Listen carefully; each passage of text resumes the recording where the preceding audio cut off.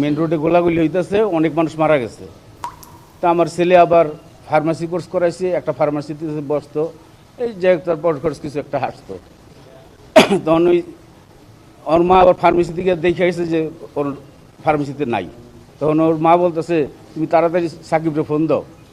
তা আমি যখন সাকিবরে ফোন দিলাম, সাকিব ফোন ধরে নেই, ধরছে অন্য একটা ছেলে, যেটা বলতেছে আঙ্কেল সাকিব তো মারা গেছে। তখন আর আমার হুঁশ নাই, আমি কি বলবো কি করবো, আমার সন্তান মারা গেছে। কে মরছে? কয় পুলিশে। কোন জায়গায়? যাত্রাবাড়ি পকেট গেট, কুতুবখালী যে কাজলা পেট্রোল পাম্পের এখানে। আঙ্কেল আপনি আসেন। আমি কই যাবো? কয় সনটেক ইউনিক হাসপাতালে।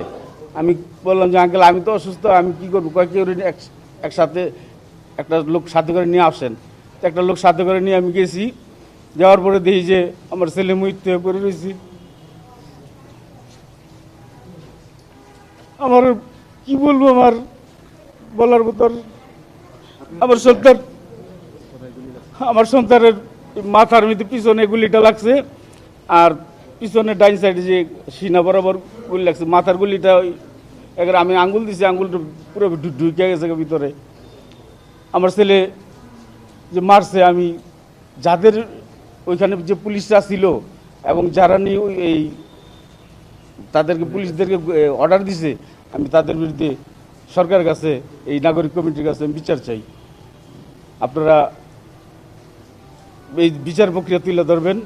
আমার ছেলে কি অপরাধ করেছিল, তারা কি তার অধিকারটুকু চাওয়ার অধিকার নাই? সে তো জানতো না সে ওইখানে গেলে গুলি করে মেরে ফেলাইব। অধিকারটা চাইতে গেছে, তারা গুলি করে মেরে ফেলাইছে। আমি আমার ছেলে হত্যার বিচার চাই।